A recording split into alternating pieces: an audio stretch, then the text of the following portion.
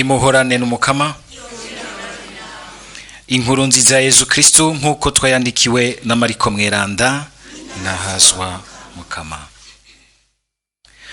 Umunsi umwe umunyamibembe yegereye Yesu aramutakambira akubita ibipfukamiro hasi ati, mukama ubishatse wonkiza. Imbabazi zivyutse, Yesu araramvura ukuboko aramukora kati, ndabishatse kira. Buno nyene imibembe iranyika acarakira. Yesu yamara amera nk'umuhambarira acaramusohora amubarira ati, umenye ntihagire ubibwira, genda ariho wiyereke umusaserdoti uheze utange kandi kuko wakize ivyo Musa yashinze, nico kizokwereka igihugu ko wakize. We rero yapfuye gusohoka acaja mu vyo kubivugira hejuru no gukwiza ivyabaye. Kiba arico mbere kibuza Yesu kuba kigira igisagara yinjira mw'icese. Yaguma ahiherereye mu gahinga kandi bakava ijya nino bakamusangayo. Dushimagize iyi nkuru nziza ya Kristo.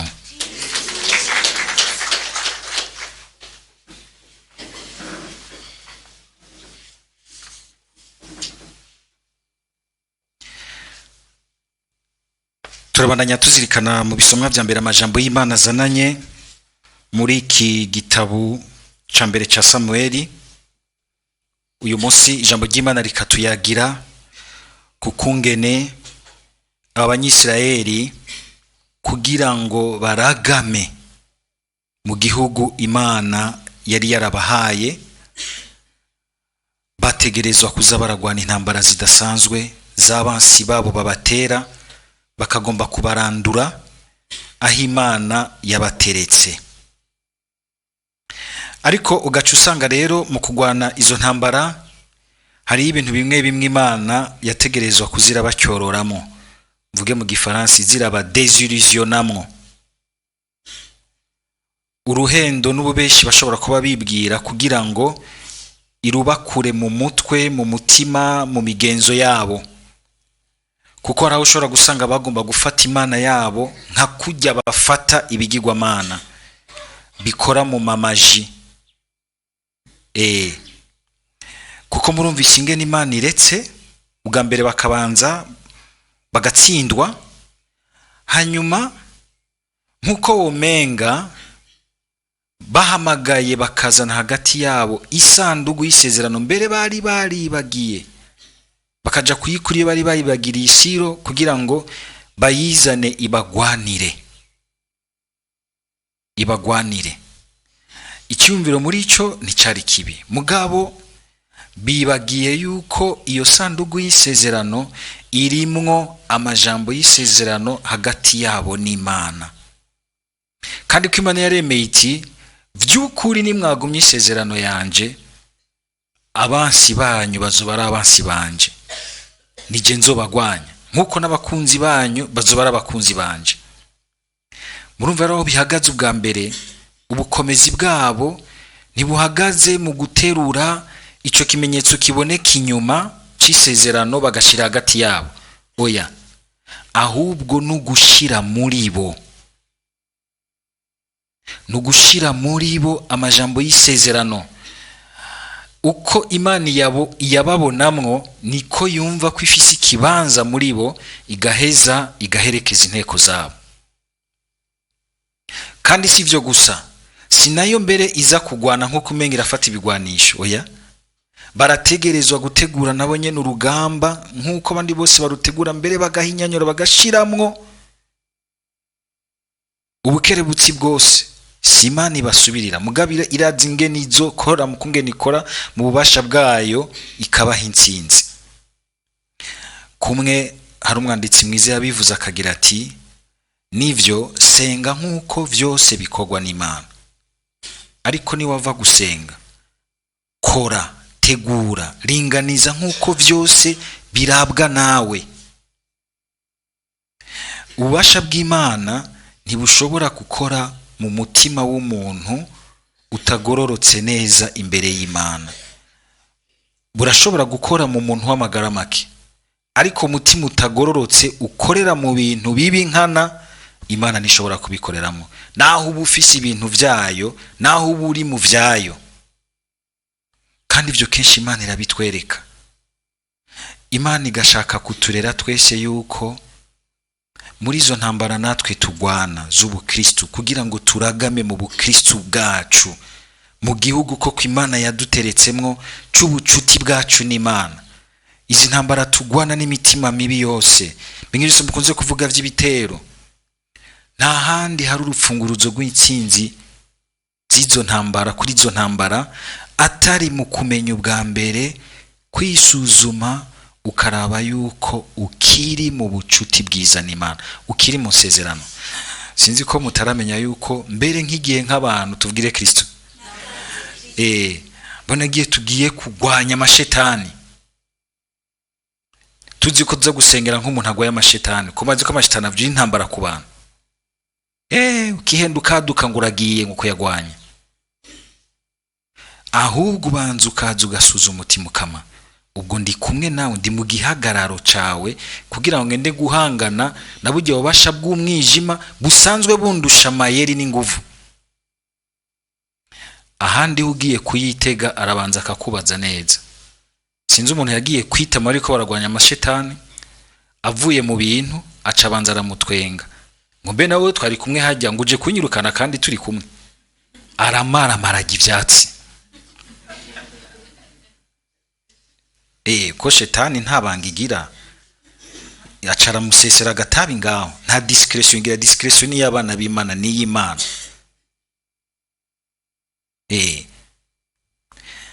Bivuga yuko urabona yuko mbe n'abagomba kugira igisabisho special, bagomba kugwana intambara ikomeye y'umutima, banza kubabwira ati banza mwitegure muronka isakara mu gihugu, sukurironka nko kumenga ni ikintu uronka n'ubundi ushobora kuronka n'ubundi nk'amaji nk'iryo sanduku y'isezerano bazanye hagati yabo.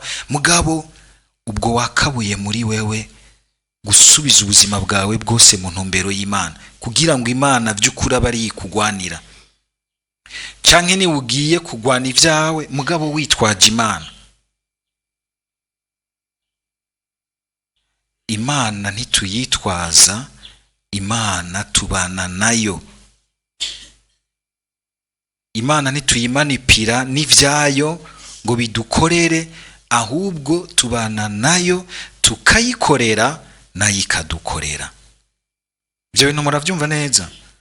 Ntibivuga yuko rero nuko ndi mu vyaha binagoye nkambara ishapure nkavuga nti izo nkingira amashetani, azogutabira utangare. Ni nkuko iyo tugiye gusaba umuhezagiro w'ibintu byose bihezagirwa. Umuhezagiro w'ibintu bihezagirwa ukora igihe ndi mu ntumbero y'isezerano. Ahandi ucumenga ndiko ndabikoresha nk'ibiheko by'abapfumu.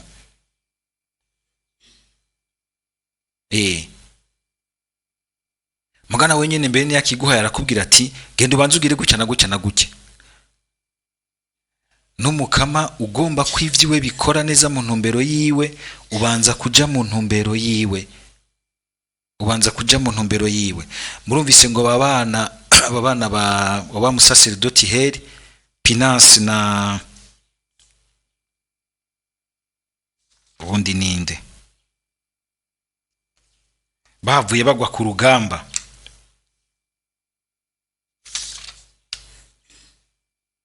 Abahungu ba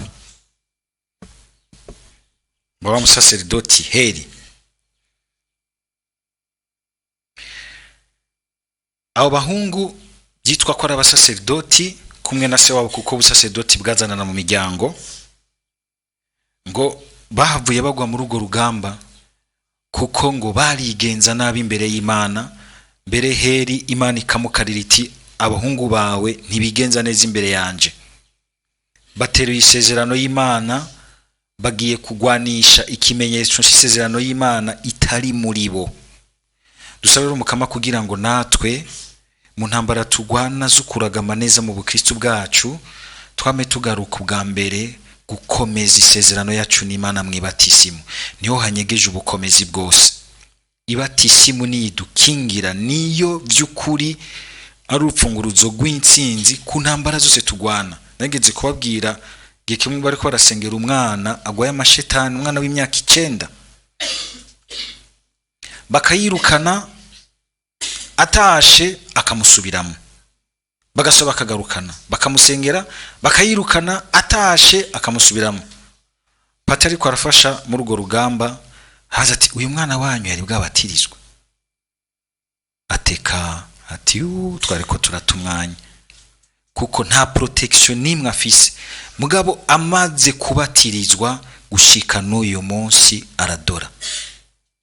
Mugabo nikibuza yuko asamaye agasubira kuja gufyinata aho amashetani akorera mu bicumuro bigoye, kuko hari hajya amashetani twiruka kumbagaza abantu, nakatwiruka ko akumbagaza abantu iyo turiko turasenga. Mugabo ari yandi atavuga anigira abantu muri bo, amwe twirukana mu isakramento ry'ikigongo. Igihe umuntu yigaye ububasha bw'ikibi kikamuvamo, ni shetani mu bisanzwe. Cyo gituma abantu batirega neza nk'abagomba kugarukana ubuzima bwabo imbere y'Imana, bakabigira gusa nk'ikintu gihanagura gusa, basanga bariko barakoresha nabi isakramento ry'ikigongo. Gufata umwanya wo kugira uti vy'ukuri ndi decide kugarukana ubuzima bwanje mu nsezerano y'Imana, canke ndabigize gusa kugira ngo ndengane. Nakajyo keza kugira ngo kandi bitwigisha ingene twotegerezwa gukoresha ivy'Imana mu ntumbero nziza. Ni nakajyo keza icara mwese mu ndabe ngene mvuga ikintu gikomeye, n'abagatiro kariko karakwega mu cyumve. Nakajyo keza hajya tuvuga ngo twashize Imana imbere, sivyo? Muri protokole mwibwirizwa shingiro n'imbere yo gusenga, ntibigumaho imbere gutyo, tubishira imbere mu mutima, murabe impinduka bizana. Ntitubigire nk'abariko bakoresha ivy'Imana mugabo tudashaka guhindura ikitugenza mu mitima yacu. Ahandi ho ivyo twihaye nivyo bigaruka bikatubera urubanza.